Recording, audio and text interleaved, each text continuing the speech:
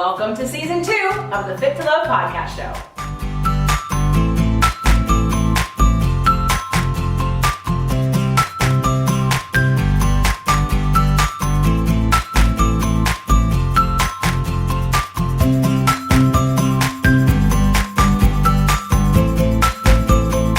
Hello and welcome to Fit to Love Tasty Tuesdays. All about cooking, all about nutrition, and all about you. Enjoy the show. Today's show brought to you by Fit to Love, how to get physically, emotionally, and spiritually fit to attract the love of your life. Visit fittolove.tv/ebook to download your copy today.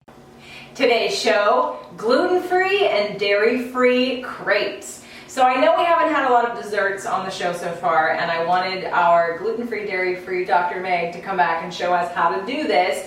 Now, it's not paleo, and we'll play with that a little bit later on down the line, but for right now, it's just easier to have her show us a already tried and true gluten-free, dairy-free crepe. I'm very excited. Yes. Oh, yes, this recipe is really good, really simple.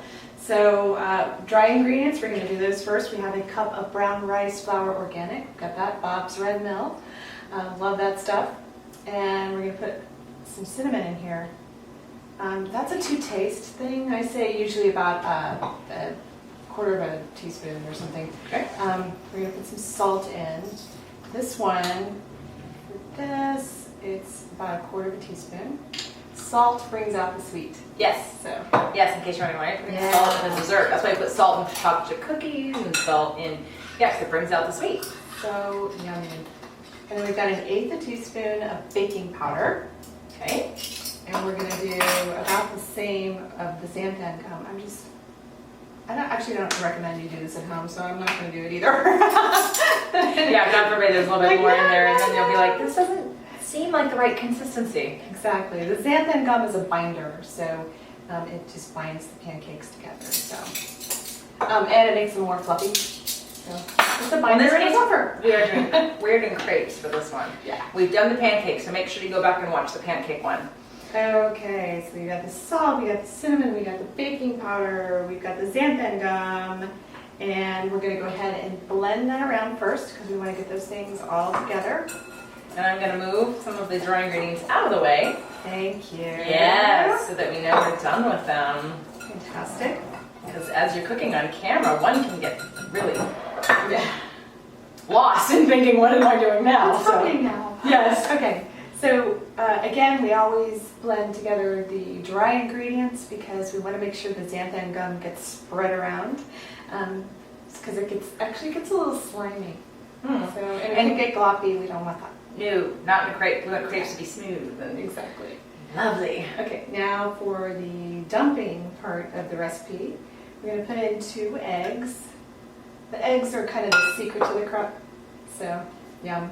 We're going to put a teaspoon of honey. Yum. Honey's great. It gives it a sweetness, but also the sugar content also helps give it a little browning. So, nice. This, I want you to talk about this. Sure. So on season 1, we were introduced by Jeannie Peters to palm oil. We used it in our mayo recipe, and palm oil's got a really bright red color. And when you're looking for a vegan substitute for butter, we highly recommend that you don't use canola oil in things, which is why we're using this, because this is a combination of the same oils we used in that mayo recipe, which was palm oil and sunflower oil, and it also has coconut oil in it. So it really does have a very buttery flavor, and so what we did is we melted down what would be the equivalent of what you would use if you wanted to use butter. Now, I would be using butter because I use butter and ghee in my recipes, even though I'm dairy-free, but Meg chooses to do more of the no butter, right? Okay, so we wanted to show you and introduce you to this great brand because I really do think it's because you get all the antioxidants from the palm oil as well, so again, it's even healthier than butter anyway because the antioxidants. So This is our Nutella. So I'll just show you. It's solid. It comes solid when you buy it in the butter form. When you get it in the liquid form, the oil, it's more red. It's more of a red color. So. And it's really bright yellow. That was the first thing that I noticed when I opened it. But it tastes very good. Yeah, I just really liked it. So we're going to melt this to put it into the recipe. Actually, it's going to harden up just a little bit from those cold eggs, but it'll be fine. And then we're also going to put a cup and a quarter of almond milk in here. And again, in case you've missed any of the other shows, you can be making your own homemade almond milk. We are using this because of the lack of preservatives that's in it, because it's better for you, it's cleaner. But don't forget, season 1, we did a homemade almond milk. Exactly. So good. Yeah, no carrageenan in there. And then we need a little bit of Vanilla. extract. Yum. This makes everything better. Really does. Just a half a teaspoon. This should be enough. I always use the cap. Like, Oh, I always do you put, really? yeah, I do. Oh, I don't okay. know, like, it probably, I don't know what it's, maybe it's a teaspoon? I don't know. I don't use the cap. They're like two teaspoons, I'm like 2 capfuls. Yeah, that's smart. So I wanted to comment too, while I'm stirring this up, on casein, which is a protein found in dairy products. And a lot of people, well, if you're allergic to milk, you're allergic to dairy products, that's what you're allergic to, is the protein in there. And so that's why I don't do it. I can't tolerate it. So, and I also can't tolerate the bacteria levels in dairy products. So Butter and ghee are only exceptions to that rule, for the fact that it is mostly fat content too, right? So Yeah, there's not a that's lot true. of protein in the butter, and grass-fed organic butter's got a nice amount of omegas in it. Yeah, it does. And some people just, they love butter, and so of all the things to keep out of all the dairy products, that's the one thing that we do. Yeah. But this is a wonderful option. If you haven't tried it, I definitely recommend it. Yeah, absolutely. So, Okay. All right, so we're at the stovetop, ready to make our crepes. yes. So first we're going to turn on the burner. We're going to go to about medium high. We're going to be not too hot, but we also, if it's too cool, then it might not set up right. So Don't be afraid of a hot pan, just not too hot. exactly. I know. That's just, Right? what is that? Yeah. What kind of description is that? Anyway, we're going to be using this Nutiva buttery spread. Which Bottom of the pan. will turn the crepe a little bit more yellow than probably if you were using butter or coconut oil. But it won't look funny. It'll just look buttery. It melts really nicely. Look at that. Yeah. And remember, this stuff has this great antioxidants, and the palm oil is great. And how does it cook, the palm oil? I mean, is it? It's Does a it medium. go rancid, It's or? a medium. It's a high heat, like a medium to medium high heat. I think 350 is supposed to be sort of the top of it. All right. Well, it melts really nicely. All right, so we're just going to put this in the pan. I do. Well, that's probably what, half a cup or something. Yeah, you want to basically fill the pan. Exactly. Okay. So you're gonna, And you want to make it thin, because crepes are thin. Exactly. And you're going to fill the pan a little bit just too from moving this around in the pan. This one has a lot of butter in it. Terrible.